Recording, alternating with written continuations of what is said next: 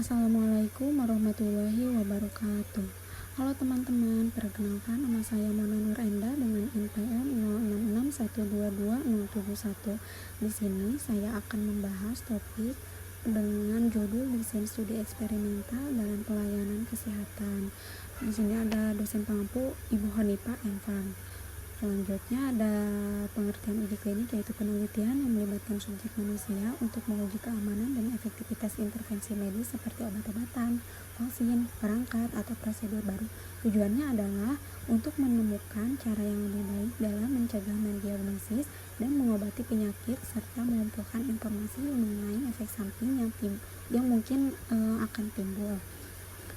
Selanjutnya di sini ada tahapan uji klinik. Tahapan uji klinik yaitu ada fase 1 sampai fase 4.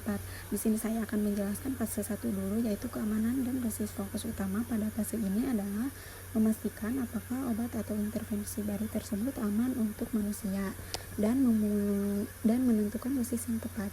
Partisipan melibatkan sekelompok kecil sukarelawan sehat sekitar 20 sampai 100 orang. Tujuannya untuk menentukan tentang dosis yang aman, mengidentifikasi efek samping, dan mempelajari cara tubuh memproses obat. Selanjutnya ada fase 2, yaitu efektivitas dan efek samping setelah obat dinyatakan aman. Fase ini menguji apakah obat tersebut efektif dalam pengobatan penyakit dan terus memantau efek samping. Partisipannya melibatkan beberapa ratus orang, 100 sampai 300 pasien yang menderita penyakit atau kondisi yang sedang diteliti. Tujuannya yaitu untuk mengevaluasi efektivitas obat, memantau efek samping lebih lanjut pada populasi yang lebih besar. Beberapa uji coba di fase ini mungkin bersifat acak, membandingkan pengobatan baru dengan placebo atau perawatan standar. Selanjutnya di sini ada tahapan uji klinik pada fase 3, yaitu konfirmasi efikasi dan perbandingan. Fase ini mengonfirmasi hasil yang didapat dari fase 2 dengan membandingkan intervensi baru dengan pengobatan standar. Partisipannya melibatkan sekelompok besar pasien 300 hingga 3000 orang yang memiliki penyakit atau kondisi yang sama. Tujuannya yaitu untuk mengonfirmasi efikasi kemanjuran obat, mengidentifikasi efek samping tambahan pada populasi yang lebih beragam, mengumpulkan informasi untuk digunakan dalam petunjuk penggunaan obat yang aman. Selanjutnya di sini ada fase 4, pengawasan pasca pemasaran. Fase ini dilakukan setelah obat disetujui dan dipasarkan untuk umum. Partisipannya melibatkan ribuan orang yang menggunakan obat dalam praktik klinis sehari-hari. Tujuannya yaitu melacak efek jangka panjang dari obat, memantau penggunaan obat dalam populasi yang lebih luas dan beragam, mengamati interaksi obat dengan produk lain, obat herbal ataupun makanan.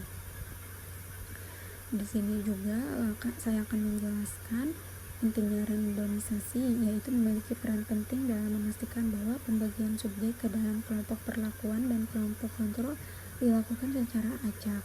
Dengan cara ini, setiap peserta memiliki peluang yang sama untuk masuk ke salah satu kelompok sehingga bias seleksi dapat diminimalkan. Randomisasi membantu menyeimbangkan faktor-faktor yang mungkin memengaruhi hasil baik yang diketahui maupun tidak diketahui.